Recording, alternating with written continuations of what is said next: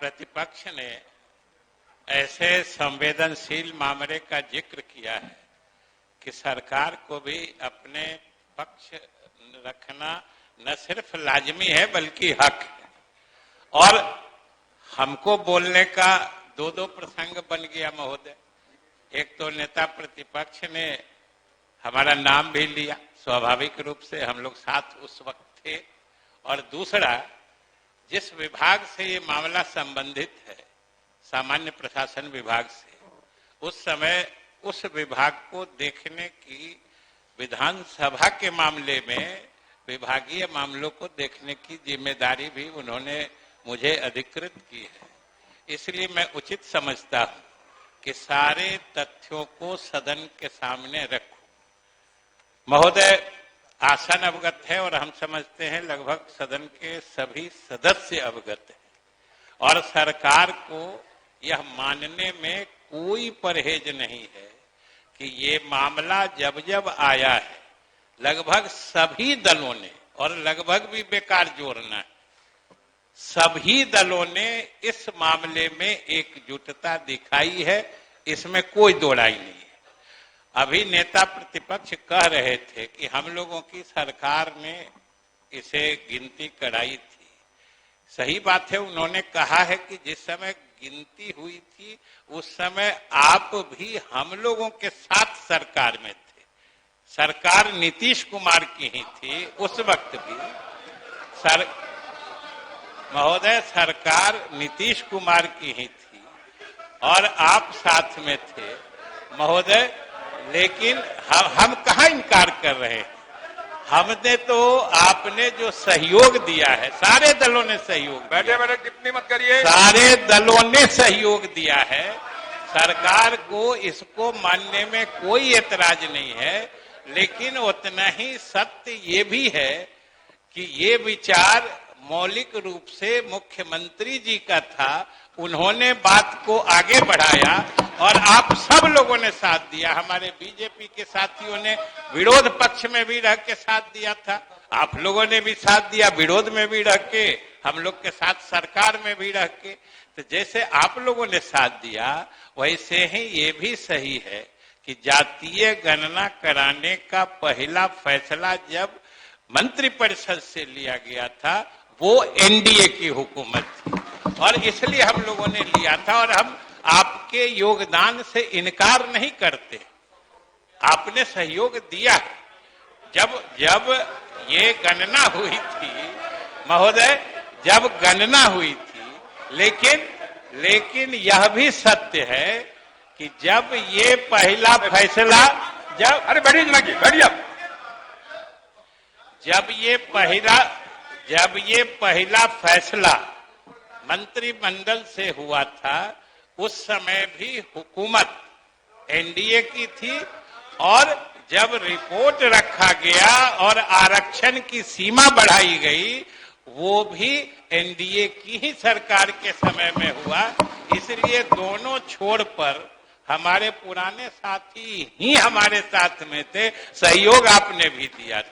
और महोदय जहां तक कह रहे थे नेता प्रतिपक्ष, अब मौलिक आइडिया ये हमारे मुख्यमंत्री नीतीश कुमार जी का था, उनके दिमाग में बात कैसे आई थी, इन सब बातों का तस्करा मेरे ख्याल से बहुत समय हो चुका है, हमें हो चुका है उसका जिक्र करके। और महोदय आप बैठिए ना, आपकी बात पर फिर हम आ रहे हैं महोदय।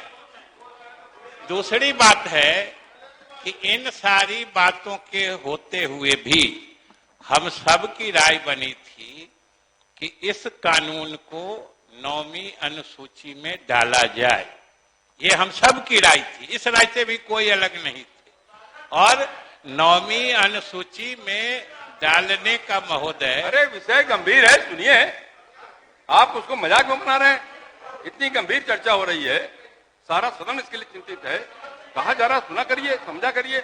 और महोदय 9वीं अनुसूची में डालने का मतलब होता है कि इसको न्यायिक समीक्षा से संरक्षित किया जाए, लेकिन इस बीच में कई लोग कोर्ट चले गए और ये कानून ही निरस्त कर दिया।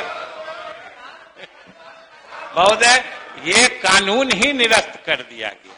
लेकिन मुझे पिछले दफा सदन में आश्चर्य जरूर हो रहा था जब हमारे सदस्यगण तख्ती लेके कि इसे 9वीं अनुसूची में इस कानून को शामिल करो। महोदय, मुझे आश्चर्य हो रहा था कि आज की तिथि में वो कानून अस्तित्व में नहीं है, न्यायालय ने उसे खारिज कर दिया है। और जो नेता प्रतिपक्ष आप पूछ रहे थे, हमको ये बताने में क्या छिपाना है सरकार को, क्योंकि वो कानून न्यायालय ने निरस्त करते हुए यह भी निर्देश दिया है कि बहालियां किसी हालत में नहीं रुकेंगी। बहालियां आरक्षण के जो पुराने प्रावधान हैं उसके आधार पर आपको जारी रखना है। ये सारे निर्देश न्यायालय ने दिए हैं, इसीलिए पुराने आरक्षण की व्यवस्था से ये हो रहे हैं। और महोदय, दूसरी बात हम यही कह रहे थे कि इसमें जब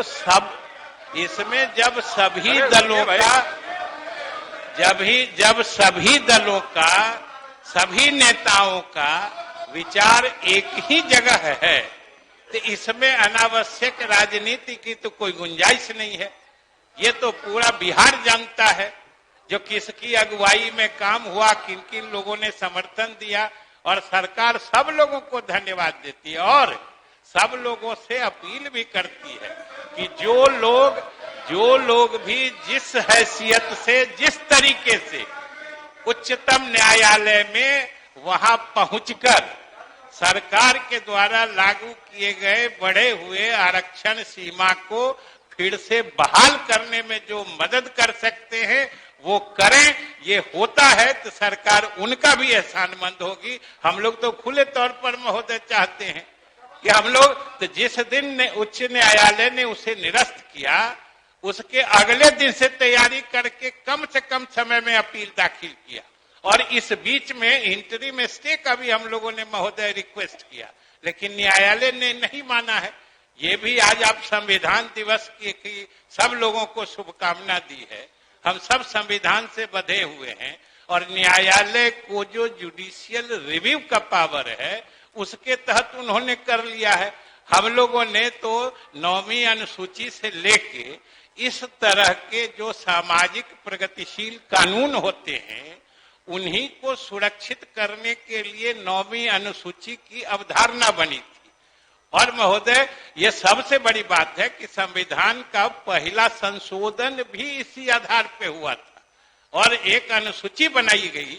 और हम लोग बिहार के लोग तो भाग्यशाली हैं कि ये अनुसूची संविधान में जोड़ी ही गई थी। बिहार ने जो जमींदारी, जो लैंड रिफॉर्म्स एक्ट कहते हैं, भूमि सुधार अधिनियम, जिसको बोलचाल की भाषा में जमींदारी उन्मूलन कानून कहते हैं, वही लागू हुआ था। और कोर्ट जब उसकी समीक्षा करने लगी थी तो उस समय की केंद्र सरकार ने और सारे नेताओं ने, क्योंकि उस समय तो लगभग ये 1948-50 की बात है महोदय, उस समय सभी स्वतंत्रता आंदोलन से जुड़े ही राजनेता थे। उन्होंने ये उचित समझा कि समाज में कुछ बराबरी लाने के लिए, सामाजिक न्याय दिलाने के लिए कुछ ऐसे कानून बनाने होंगे जिसको न्यायालयीय समीक्षा से बाहर रखी जाएगी। तो महोदय, हम लोग तो उसके लिए भी लगे हुए हैं।